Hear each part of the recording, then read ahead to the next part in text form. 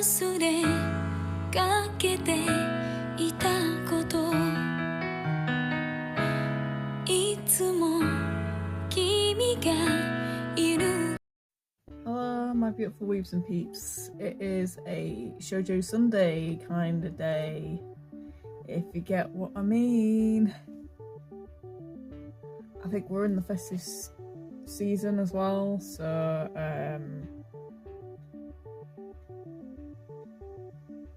yeah, that. I'm being Tohru Honda. It's been for ages since I was Tohru Honda. I just kind of revamped a cosplay and just like messed about with TikTok, that kind of thing.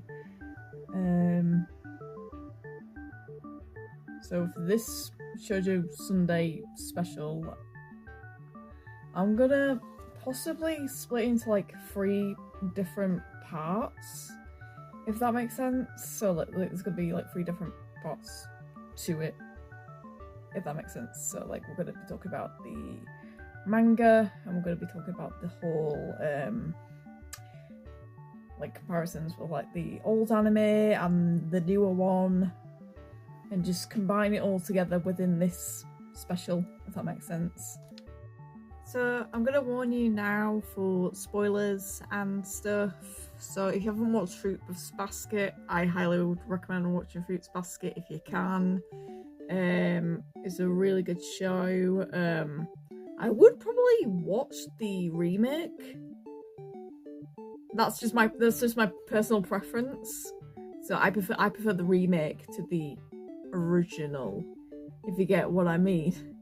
The original was of its time. You know, like how Aaron was kinda in a way, but they had to remake Fruits Basket because there is a little bit of outdated stuff within the older Fruits Basket lore, if that makes sense. So they've had to like recorrect everything for this remake.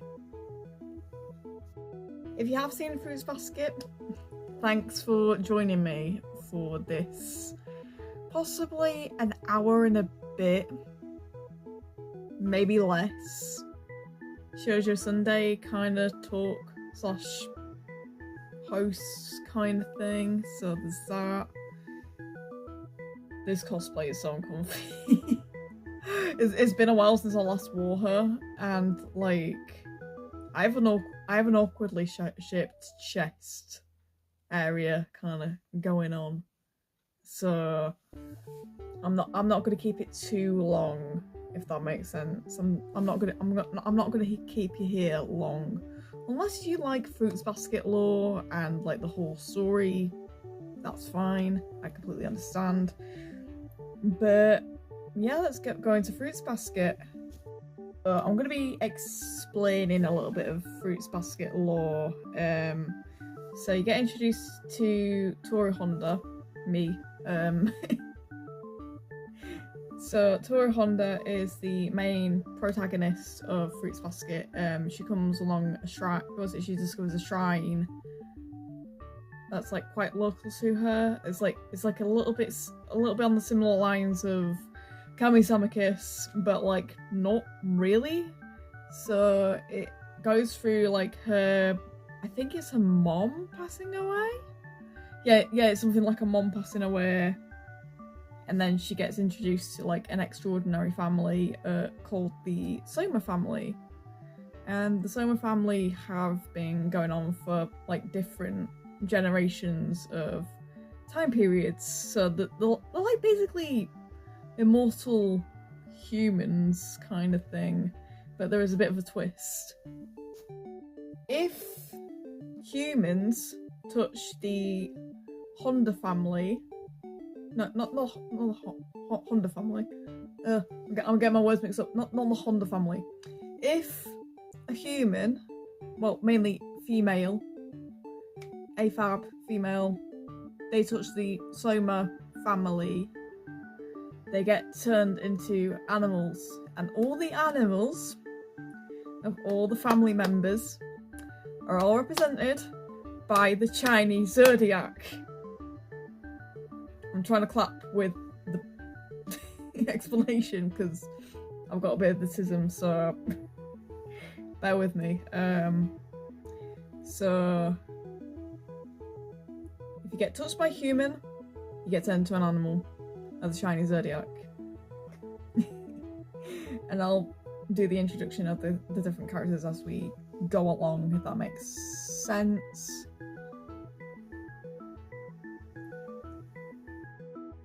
Okay, I'm just gonna put a little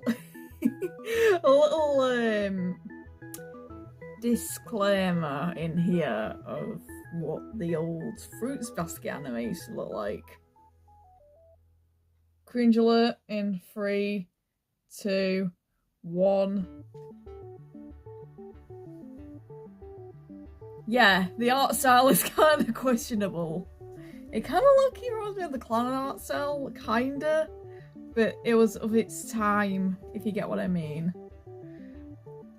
Like, they've got like really big eyes and like, you know how yaoi hands are a thing? It's kind of like that kind of style. And I'm like, looking back on it, I'm like, oh god, what's going on here? And if you look back at like the older art styles of the manga and like the old style from like the early 2000s, it's just, man. That's all I gotta say about it. It's just, man. I'm kind of glad it did get a reboot because the art style, the old art style is just, it's kind of nostalgic, but like, it's a bit out there, if that makes sense. So, yeah. It's just out there. And it's a little bit dated in places. I think the older series is a little bit dated in some places. That's why they had to do a remake. And there we go. I'll talk about the remake a little bit later in the video, so there's that. And I'm going to talk about the characters now. We're here for character yapping. So character yapping is where I explained like what characters are within this Shojo manga series, Shojo manga anime. Reboot. But we got some animals. And Kyo, who's the main boy of the entire series, and it's also eventually Tohru's love interest, is a cat. But the cat isn't really part of the zodiac, is it? But there's a part of me that thinks Kyo is part of within the zodiac because, like, the cat resembles the tiger, obviously, within the zodiac. And then you got Yuki. Yuki is a rat. Shigure is a dog. Kagura is a boar / pig. Momiji is a rabbit. So my zodiac year for the Chinese zodiac is rabbit. And I really love Momiji as a character. Momiji is one of my absolute favourite Fruits Basket characters, and I would love to cosplay him in one day. I do have like a similar... This hat is kind of like really similar to Momiji's kind of vibe.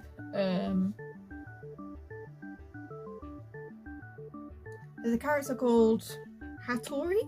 Hattori is a seahorse, but he's meant to be the dragon sort of zodiac. So like there is like a link with the dragon and the seahorse.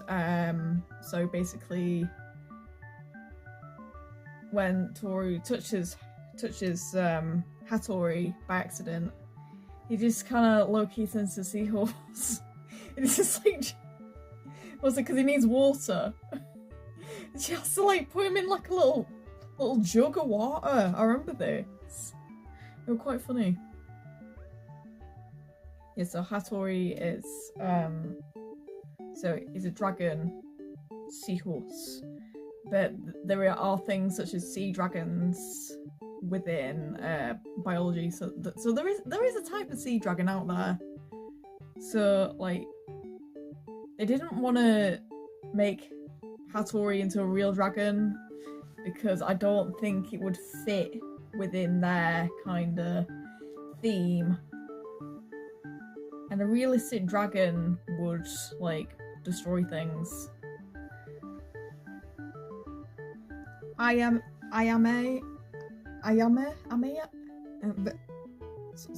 Sorry for the butchering of this. Reading problems. Ayame is the snake. Isuzu is a horse. Hatsuharu is the ox. So Hatsuharu is like a really popular character within the Fruits Basket series. He's the ox character. He's quite strong, and like him and Kyo usually have fights. It happens. Hero is the sheep. So there's a sheep. There's like a sheep zodiac that they've got. Well, it's meant to be. Is it ram? Yeah, like ram sheep. But I think it's the Chinese zodiac of the ram. And then Ritsu is a monkey. I'm probably gonna butcher the pronunciation of this one. Kuruna? Yeah, Kuruna. Kuruna is a rooster. And the Soma family, they've all got like a massive part to play in within the Soma family. They have like traditions and like festivals and stuff like that. And Kazuma Soma was like their leader. So Tohru does have friends outside the Soma family, so like the Soma family is pretty big and everyone gets on with each other. Tohru's best friends are Seki and Ariza. So those are her best friends through school. And there's like episodes where the Fruits Basket peeps, not the Fruits Basket, yeah, well, Soma family go into the school and they learn about like different stuff. They've got like events on and parties and stuff like that. It's just kind of chill, really, with their lives as the Fruits Basket family. There's relationships, there's friendships. There's a little bit of fighting here and there, but like not really. It's more of a Shojo romance kind of story. Right, I'm going to talk about the reboot and how I think this is perceived really well, and it's like a lot better for a younger audience, and like both fans of old and new Fruits Basket really enjoy this series. So Fruits Basket, my beloved, the reboot is really freaking good. And I mean it. I highly recommend the Fruits Basket reboot.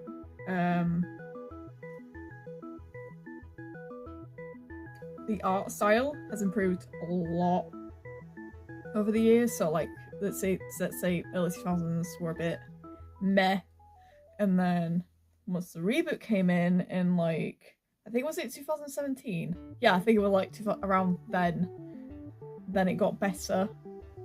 And the reboot itself, it kind of follows the similar stories but like retold in like a more modern way. And the reboot mainly focuses on Kyo and Tohru's relationship, so there's that as well.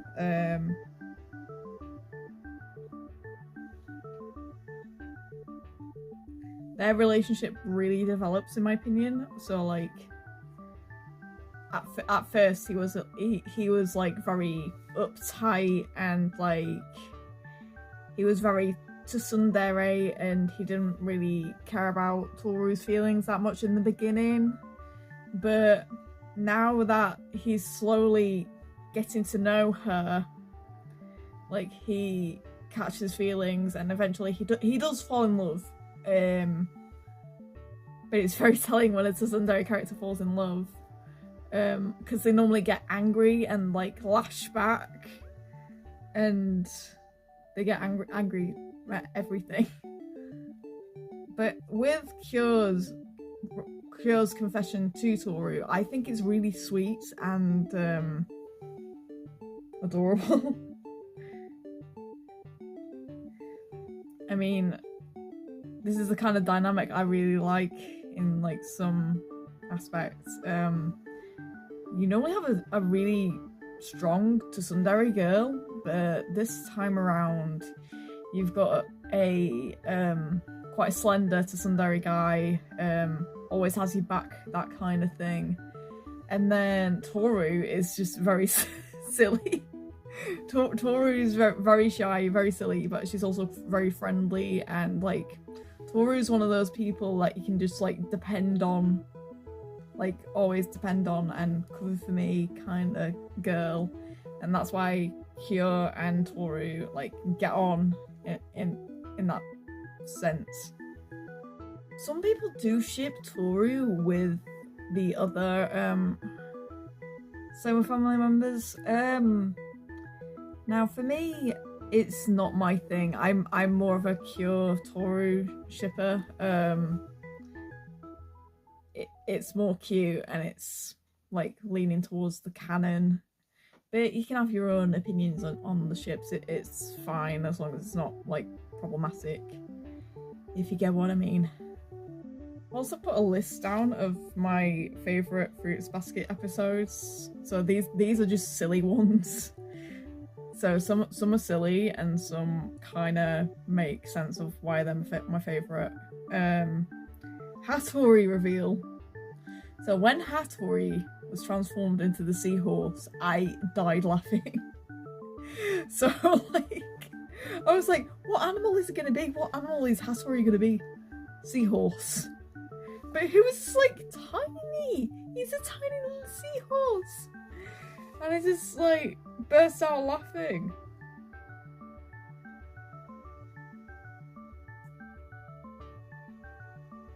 Kyo's confession to Toru.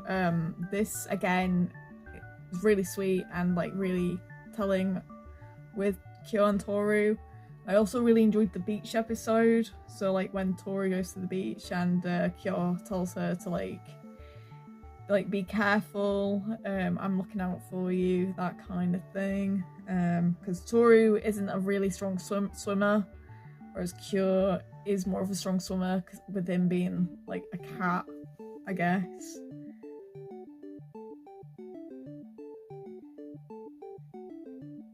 I also remember the fireworks festival. So there's like an episode where they have a fireworks festival, and like I think it's Kyo, Toru, Yuki, and I think, hang on a minute, let me just, Shigure, they all go to like a fireworks festival and they meet all the other members of the Soma family and they celebrate that.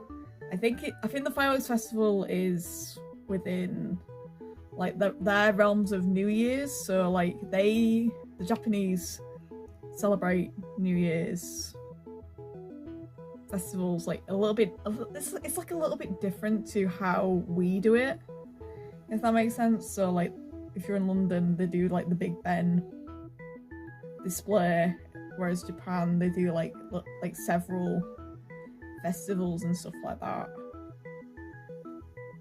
Now, I do own the manga. I have the Fruits Basket Omnibus manga.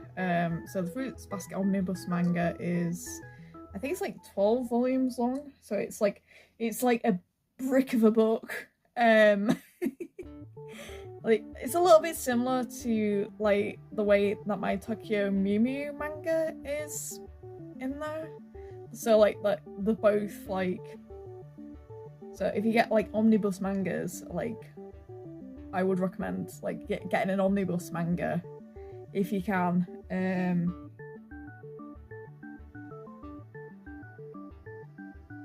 So there is a lot of artwork within the omnibus manga from Natsuki Tayakika within the book. She's got really pretty art, and I mean like super pretty art. If the Fruits Basket, oh my god, it saw me again. It's like Aaron again.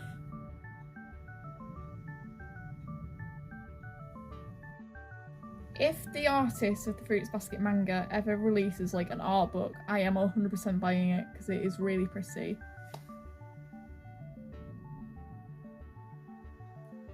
The manga is really pretty and like it's such a good read.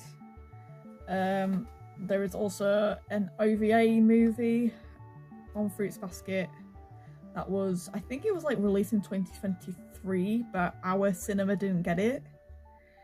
So it's online, I think. It basically talks about Tohru's parents and what Tohru's parents were like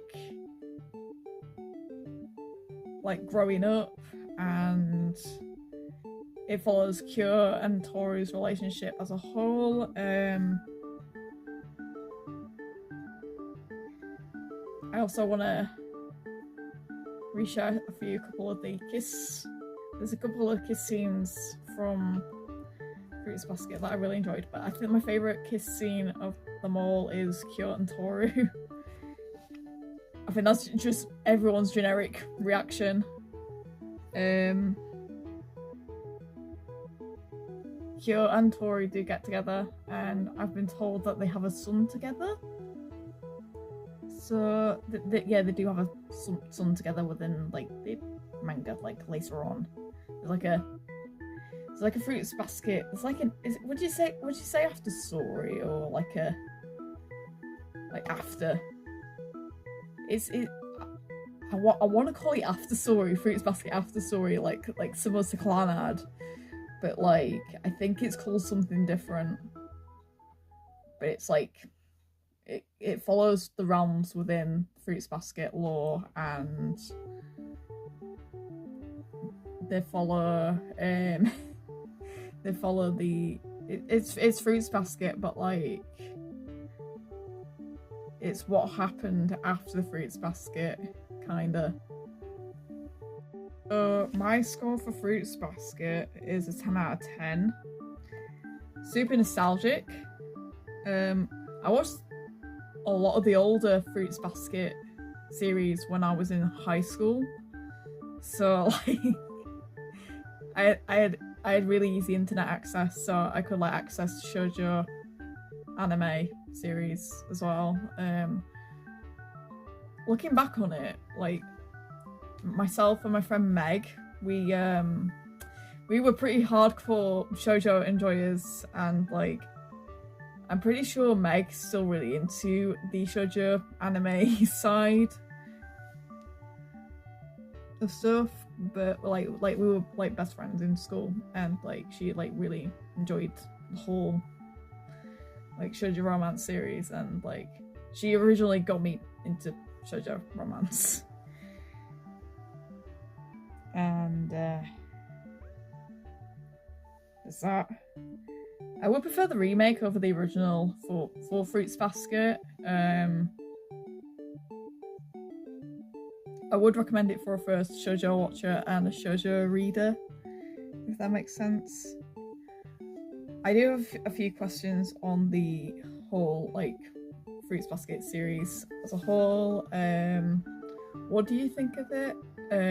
What would you score it? What are your favourite episodes of Fruits Basket? Do you have any favourite Fruits Basket characters? If so, who are they? Now, I'm back with my little mascot kind of guy, and he wants there is a few like little shoujo news in regards to what's going on within the world of shoujo, and some other things to come up with.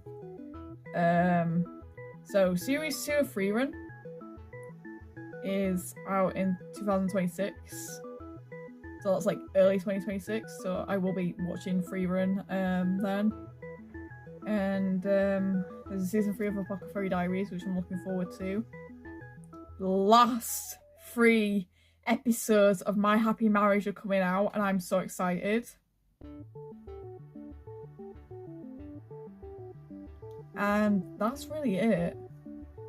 I think that's really it for the shoujo news. So I'm just gonna put that down.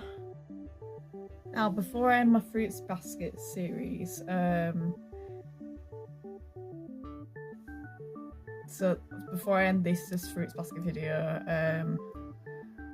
I'm just gonna let you guys know there is gonna be a little bit of a wait for the next Shojo Sunday video. I'm gonna take a little bit of a break from it in regards to New Year's and stuff, and